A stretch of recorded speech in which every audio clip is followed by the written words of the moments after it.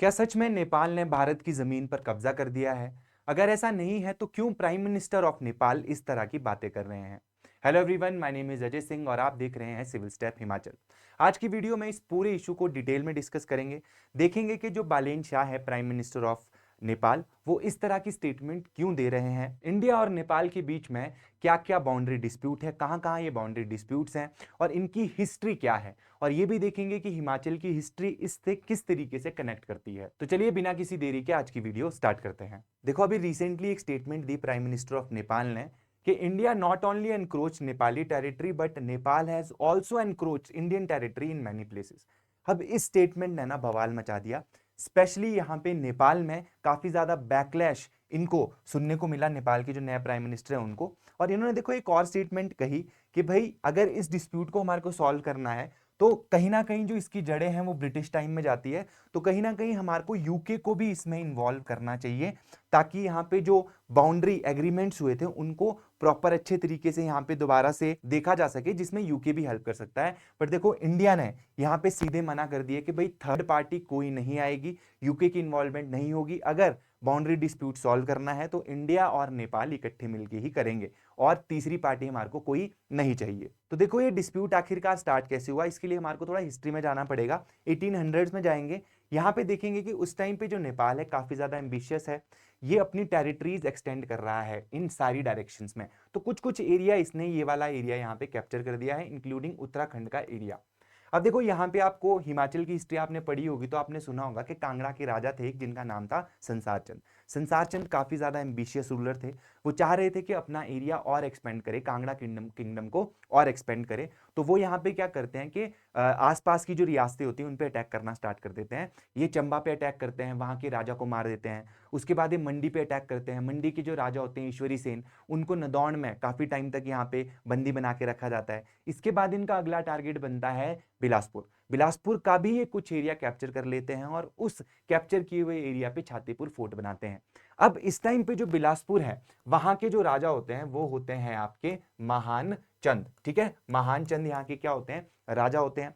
और ये क्या करते हैं कि ये जो गोरखाज यहाँ पे एक्सपेंड कर रहे होते हैं इनसे हेल्प मांगते हैं। ठीक है, और ये यहाँ पे इनविटेशन भेजते हैं अमर सिंह थापा को।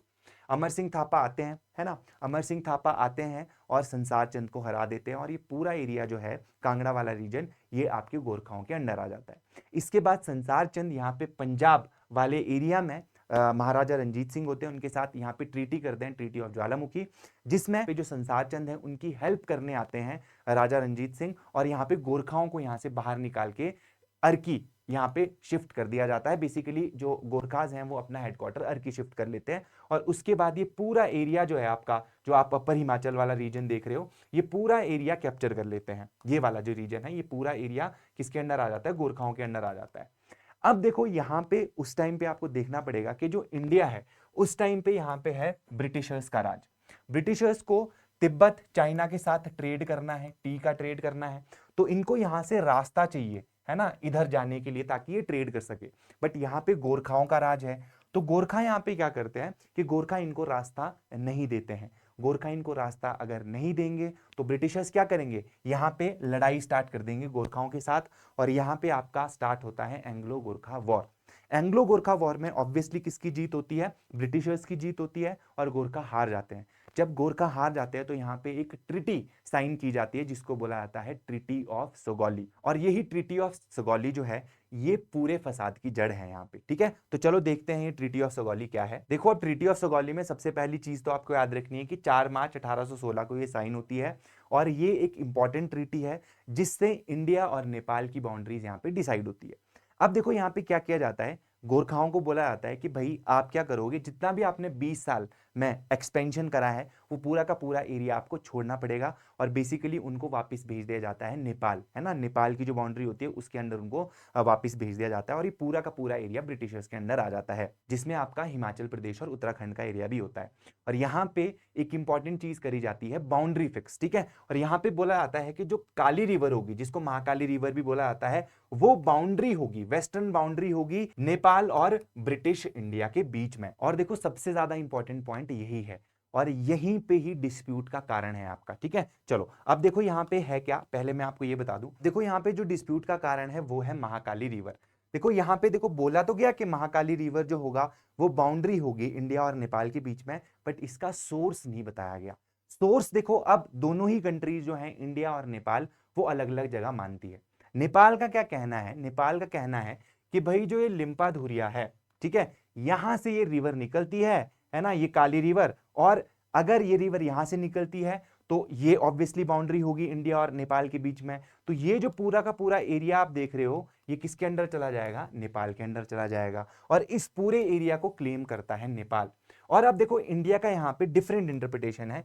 इंडिया बोलता है कि भाई एक और स्ट्रीम निकलती है काला पानी से, तो काला पानी जो है यहां से जो रिवर निकलती है ये है महाकाली रिवर, काली रिवर। तो यहां पे इस रिवर को बाउंड्री माना जाता है। अगर इसको हम बाउंड्री मानेंगे तो ये पूरा का पूरा जो एरिया दिख रहा है ना आपका, ये इंडिया के अंदर आ जाता है, ठीक है। तो पहली चीज तो ये आपको याद रखनी है कि भाई जो महाकाली रिवर का सोर्स है वही डिस्प्यूटेड है ना। नेपाल अपनी स्टोरीज बना रहा है और इंडिया का यहाँ पे कहना है कि भाई ये काला पानी से निकलती है और ये पूरा का पूरा एरिया हमारा है। दूसरी चीज देखो यहाँ पे एक और इंपॉर्टेंट चीज है जो आपको देखना होगा, जो दूसरा कॉज ऑफ कंसर्न है वो है यहाँ पे देखो आपका लिम्पाधुरिया और लिपू लेक डिस्प्यूट, ठीक है। ये भी देखो इसी टेरिटरी से रिलेटेड है। तो लिम्पाधुरिया ऑब्वियसली मैंने आपको बताया कि नेपाल बोलता है कि यहां से रिवर निकलती है, ये सोर्स है, तो ये बाउंड्री होगी इंडिया और उसके बीच में, इंडिया और नेपाल के बीच में। अब देखो अगर यहां पे इस चीज को माना जाता है तो ये जो इंपॉर्टेंट पास है जिसको बोला जाता है लिपू लेक पास, ये चला जाएगा नेपाल के पास, और ये नेपाल के पास चला जाएगा तो इंडिया को यहां पे प्रॉब्लम हो जाएगी।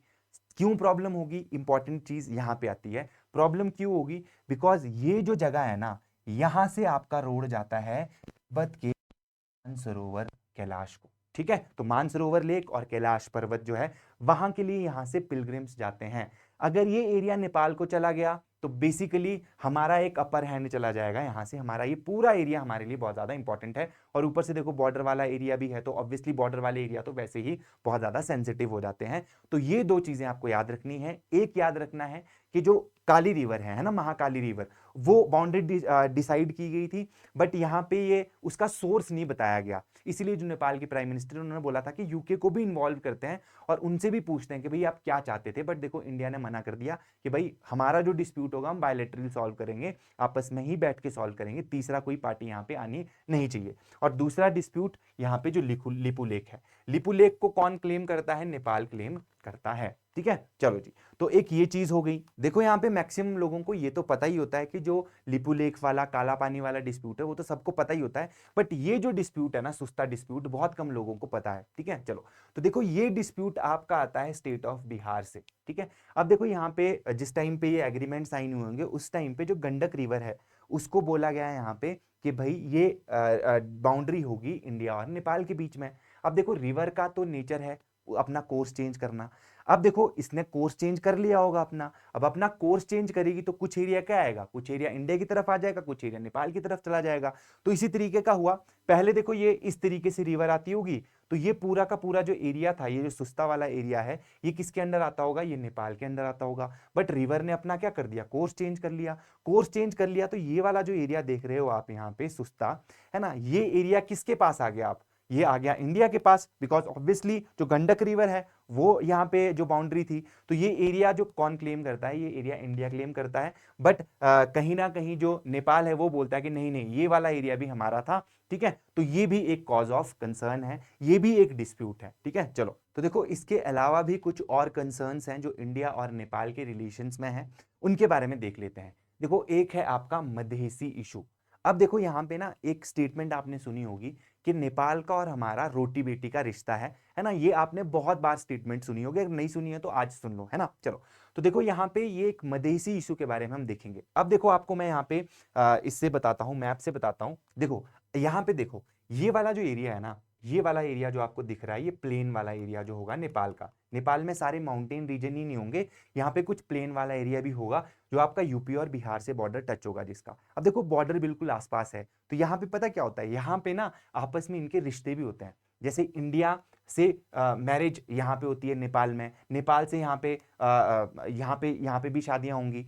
तो यहाँ पे इसीलिए बोला जाता है कि भाई यहाँ पे रोटी बेटी का रिश्ता है। रोटी बेटी का रिश्ता जो सिग्निफाई करता है कि भाई यहाँ से नेपाल के लोग इंडिया आते हैं और यहाँ पे कमाई वगैरह करके वापस चले जाते हैं। तो इकोनॉमी, रोटी मतलब इकोनॉमी से रिलेटेड है, और बेटी का मतलब है जो इनके आपस में फैमिली टाइज है, जो शादियां वगैरह होती हैं, रोटी बेटी का रिश्ता है। ठीक है। और आपको यहाँ पे एक जान की चीज हैरानी होगी कि भाई इंडिया और नेपाल के बीच में ओपन बॉर्डर है। यहाँ के लोग बिना वीजा के बढ़िया इंडिया आ सकते हैं आपने, है ना। और आपने देखा भी होगा, हिमाचल में भी काफी जगह देखा होगा कि बहुत ज्यादा जो नेपाल के लोग हैं वो यहाँ पे वर्क करते हैं और यहाँ से पैसा भिजवाते हैं नेपाल को। ठीक है। तो नेपाल की इकोनॉमी को भी काफी ज्यादा कंट्रीब्यूट करता है इंडिया।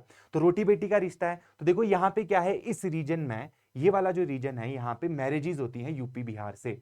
अब देखो यहाँ पे मैरिजेस होके लोग जाते हैं। ठीक है। तो कहीं ना कहीं जो नेपाल वाले हैं ना, उनको कहीं ना कहीं आउटसाइडर कंसिडर करेंगे, उनको कभी भी नेपाल का वो कंसिडर नहीं करेंगे। तो इस तरह की चीजें हैं। तो ये जो नीचे वाला एरिया है इसको बोला जाता है मधेश। ठीक है। तो यहाँ पे ऑब्वियसली इनके ज्यादा रिलेशन होंगे। ये वाला जो रीजन होगा ऊपरले वाला, इसके इतने ज्यादा रिलेशन नहीं होंगे आपके प्लेन वाले रीजन से। अब देखो यहाँ पे क्या हुआ, 2015 में नेपाल का नया कॉन्स्टिट्यूशन लिखा गया। अब जब नया कॉन्स्टिट्यूशन यहाँ पे लिखा गया तो एक चीज हुई, यहाँ पे एक इंटरेस्टिंग चीज हुई कि भाई इन्होंने क्या करा कि ये जो नीचे वाला रीजन था, है ना, मधेश वाला रीजन, जहाँ पे जो जो जिनके इंडिया के साथ रिलेशंस है, वहां उस रीजन को इन्होंने 5 भाग में तोड़ दिया, है ना। अलग अलग देखो यहाँ पे डिस्ट्रिक्ट्स में इन्होंने कॉन्स्टिट्यूएंसीज में तोड़ दिया, ताकि जो मधेसी पॉपुलेशन है कहीं पे भी इन टेरिटोरियल कॉन्स्टिट्यूएंसीज में ये मेजोरिटी में ना आए। मेजोरिटी में नहीं आएगी तो यहाँ पे इनकी रिप्रेजेंटेशन इतनी ज्यादा नहीं रहेगी। ठीक है। तो ये यहाँ पे चीज करी गई। अब इसके अगेंस्ट इन लोगों ने यहाँ पे प्रोटेस्ट करा, और देखो कहीं ना कहीं इंडिया से भी एसोसिएटेड है, तो इंडियन गवर्नमेंट पे भी प्रेशर आया कि भाई नेपाल को थोड़ा क्या किया जाए, यहाँ पे समझाया जाए कि भाई इनके राइट्स की भी यहाँ पे बात होनी चाहिए, इनकी रिप्रेजेंटेशन भी यहाँ पे होनी चाहिए। ठीक है। 2015-16 की ये बात है। यहां पे फिर क्या किया गया कि भाई नेपाल है, उन्होंने ये बात नहीं मानी। नेपाल के जो लोग यहाँ पे गवर्नमेंट में होंगे उन्होंने ये बात नहीं मानी, और यहाँ पे कुछ इनका सॉल्यूशन नहीं किया गया। आपको यहाँ पे एक चीज और देखनी पड़ेगी कि नेपाल जो है एक लैंड लॉक्ड कंट्री है। ठीक है। नेपाल को आपका सी एक्सेस यहाँ पे नहीं है, उसको सी एक्सेस प्रोवाइड करता है आपका इंडिया। इंडिया के थ्रू यहाँ पे उसको बे ऑफ बंगाल में आना पड़ता है। बे ऑफ बंगाल के थ्रू यहाँ पे फिर वो अपना एक्सपोर्ट या इंपोर्ट कर सकता है। जितना भी यहाँ पे फ्यूल वगैरह पहुंचता है वो यहाँ पे पहले आएगा बे ऑफ बंगाल में। ठीक है। फिर यहाँ से कोलकाता से आपकी ऊपर जो ट्रक्स हैं उनमें यहाँ पे सामान पहुंचाया जाएगा, और मैक्सिमम सामान इनका यहीं से ही जाता है। तो इंडिया ने यहाँ पे क्या कर दिया, बोला जाता है कि भाई इंडिया ने यहाँ पे एक ब्लॉकेड क्रिएट करी, बट यहाँ पे जो रियल रीजन है वो ये है कि मधेसी जो लोग हैं उन्होंने यहाँ से जो सप्लाईज आ रही थी इंडिया से उनको यहाँ पे पहुंचने ही नहीं दिया, जिसकी वजह से ये जो ऊपर वाला रीजन है आपका, ये जो हिली रीजन है, यहाँ पे जो गुड्स है उसकी शॉर्टेज होगी, फ्यूल की शॉर्टेज होगी, जिस वजह से यहाँ पे इंडिया के अगेंस्ट सेंटिमेंट बढ़ा। ठीक है। चलो, तो ये पूरा मधेशी इशू था, इसको हमने देखा। और देखो बेसिकली मधेशी इशू ये है कि यहाँ पे जो मधेश वाले लोग हैं, जो नीचे प्लेन वाले लोग यहाँ पे रहते हैं, इनके राइट्स यहाँ पे, इनको यहाँ पे प्रॉपर राइट्स नहीं दिए जा रहे थे, जिसकी वजह से यहाँ पे ये प्रॉब्लम क्रिएट हुई थी। ठीक है। इसके बाद ये ब्लॉकेट हटा दिया गया था वैसे। इसके बाद दूसरी इंपॉर्टेंट चीज है जो और इशू है हमारा बाउंड्री डिस्प्यूट को छोड़ के, कि भाई यहाँ पे चाइना की प्रेजेंस बढ़ रही है। जैसे अगर 2019 का मैं यहाँ पे डाटा बताऊं तो चाइना यहाँ पे 40% एफडीआई, फॉरेन डायरेक्ट इन्वेस्टमेंट कर रहा है नेपाल में, और इंडिया यहाँ पे सिर्फ देखो 30% कर रहा है। और विद टाइम इन्वेस्टमेंट किसकी बढ़ेगी, चाइना की बढ़ेगी। और चाइना की अगर इन्वेस्टमेंट बढ़ी कहाँ पे, नेपाल में, तो इंडिया के लिए कहीं ना कहीं खतरा हो जाएगा। ठीक है। इंडिया के बिल्कुल क्लोज ही आ जाएगा चाइना, है ना। और वैसे भी आपको पता ही होगा अरुणाचल प्रदेश में प्रॉब्लम है, लाइन ऑफ एक्चुअल कंट्रोल जो अक्साई चीन है वो पूरा का पूरा इन्होंने कैप्चर कर रखा है चाइना वालों ने। तो कहीं ना कहीं ये हमारे लिए एक प्रॉब्लम क्रिएट हो सकती है। ठीक है। चलो अब देखते हैं कि ये पूरा इशू आखिरकार मैटर ही क्यों करता है। तो देखो यहाँ पे क्या है, सबसे पहले इंडिया के लिए अगर हम देखें तो ये स्ट्रेटेजिकली इंपॉर्टेंट रीजन है, चाइना के बॉर्डर के पास है। अगर हम काला पानी वाले रीजन की बात करें तो ट्राई जंक्शन है नेपाल, इंडिया और चाइना के बीच में। ठीक है। तो यहाँ पे चाइना के बॉर्डर के पास कुछ भी प्रॉब्लम होती है तो आपको ऑब्वियसली पता ही है कि चाइना बहुत एरिया यहाँ पे कैप्चर करने के लिए वैसे ही मशहूर है ना। तो हम यहाँ पे ये चीज नहीं चाह रहे हैं।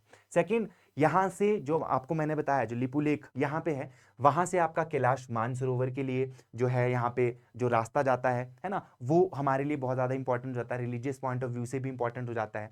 इसके बाद नेपाल के लिए ये क्यों इंपॉर्टेंट है? देखो, नेपाल की कहीं ना कहीं जो सेल्फ रिस्पेक्ट है, सॉवरेनिटी, टेरिटोरियल इंटीग्रिटी, उसके लिए ज़्यादा इंपॉर्टेंट हो जाता है, और कहीं ना कहीं ये डोमेस्टिक पॉलिटिक्स में भी बहुत ज़्यादा इंपॉर्टेंट सिग्निफिकेंस रखता है। देखो, हमारा नेबर है नेपाल, अगर नेपाल के साथ हम अच्छे रिलेशंस नहीं रखेंगे तो कहीं ना कहीं इंडिया के लिए ही प्रॉब्लम होगी, बिकॉज इंडिया के आसपास बहुत सारे दुश्मन ऑलरेडी हैं, जैसे पाकिस्तान हो गया, चाइना हो गया। तो इस तरीके से हम और दुश्मन को अफोर्ड नहीं कर सकते, तो नेपाल के साथ कहीं ना कहीं हमारे को कॉर्डियल रिलेशंस रखने पड़ेंगे। ठीक है, इस तरह के जो डिस्प्यूट्स हैं उनको एमिकेबली सॉल्व करना पड़ेगा, इकट्ठे बैठना पड़ेगा और डिस्प्यूट जो है उनको सॉल्व करने की यहाँ पे बातचीत करनी पड़ेगी, अगर हम लॉन्ग टर्म में इनके साथ अच्छे रिलेशन चाहते हैं तो। ठीक है, चलो देखते हैं कि इन चीजों को सही कैसे किया जा सकता है। देखो, नेपाल हमारा बहुत अच्छा पार्टनर है, बहुत अच्छे हमारे रिलेशंस रहे हैं हिस्टोरिकली। बुद्धिज्म ले लो चाहे हिंदुइज्म ले लो, ये सारे कल्चरल कनेक्ट्स हमारे हैं, अगर हम चाहें तो बहुत अच्छे रिलेशंस नेपाल के साथ रख सकते हैं। ठीक है, तो उसके लिए हमारे को क्या करना पड़ेगा, यहाँ पे जॉइंट बाउंड्री मैकेनिज्म्स को एक्टिवेट करना पड़ेगा। ठीक है, यहाँ पे बायलैटरल टेक्निकल कमिटीज बिठानी पड़ेगी, जो टेक्निकली यहाँ पे देखे कि जो ये बाउंड्रीज हैं इनका सॉल्यूशन कैसे निकल सकता है। सेकंड, यहाँ पे हिस्टोरिकल कार्टोग्राफिक वेरिफिकेशन की जा सकती है कि हिस्टोरिकली जो मैप्स यहाँ पे ड्रॉन हुए हैं, है ना, ड्रॉ किए गए थे पहले, उनको यहाँ पे चेक किया जाए प्रॉपर अच्छे तरीके से, है ना, उनको वेरीफाई किया जाए, है ना, उनको कंपेयर किया जाए, ताकि यहाँ पे पता चल सके कि एक्चुअल में जो बाउंड्री थी वो कहाँ से थी, है ना, किस तरीके से यहाँ पे बाउंड्री थी, और उस तरीके से उसको दोबारा से डिमार्केट किया जाए। सेकंड है कि डिप्लोमेटिक डायलॉग और कॉन्फिडेंस बिल्डिंग मेजर्स यहाँ पे करने पड़ेंगे, यहाँ पे बातचीत करनी पड़ेगी, डिप्लोमेटिकली इन्वॉल्व होना पड़ेगा, तब जाके यहाँ पे इस जो पूरे जो मुद्दा है उसका सॉल्यूशन निकल पाएगा। ठीक है, चलो तो देखो, अगर आपका भी सपना है एचएएस और आईएएस बनने का, तो उस सपने को आप साकार कर सकते हो, सिविल स्टेप हिमाचल को अपना साथी बना सकते हो। 10 जून 2026 से हमारा बैच स्टार्ट होने वाला है, सिविल स्टेप शिमला जो ब्रांच है वहां पे। शिमला में आप संजौली आओगे, संजौली में जो संजौली चौक है उसके सामने ही आपको छाजटा हाइट बिल्डिंग दिखेगी, उसके बेसमेंट में हमारा यहाँ पे फ्लोर है, सबसे ग्राउंड फ्लोर है हमारा, यहाँ पे आप आ सकते हो, है ना। और यहाँ पे हमारे जो ऑनलाइन पोर्टल है वहाँ पे पहले रजिस्टर आपको करना पड़ेगा, जिसकी फीस आपकी 1000 रुपीज रहेगी। ठीक है, वहाँ पे आप जाके डेमो भी चेकआउट कर सकते हो, देख सकते हो कि कौन सा टीचर किस हिसाब से पढ़ा रहा है। तो ये 10 जून से हमारा बैच स्टार्ट होने वाला है, ये ऑफलाइन और लाइव मोड में रहेगा। जितने भी आप में से इंटरेस्टेड लोग हैं वो यहाँ पे ये फॉर्म भर सकते हैं, आप सेंटर जो है उसको पर्सनली विजिट कर सकते हैं। यहाँ पे वही फैकल्टीज रहेंगे जो आपको चंडीगढ़ में पढ़ाते हैं। बेसिकली जितने भी सेंटर्स हैं हमारे सिविल स्टैप के, वहाँ पे क्वालिटी को बिल्कुल कॉम्प्रोमाइज़ नहीं किया जाता, जो भी टीचर जो बेस्ट ऑफ द बेस्ट होगा वही आपको यहाँ पे सब्जेक्ट पढ़ाएगा। तो अगर आपको यहाँ पे ये बैच ज्वाइन करना है तो आप रजिस्ट्रेशन कर सकते हो, और सेंटर में आके भी आप इससे रिलेटेड इंफॉर्मेशन गैदर कर सकते हो। तो आज के लिए इतना ही, मिलते हैं आपसे नेक्स्ट वीडियो में।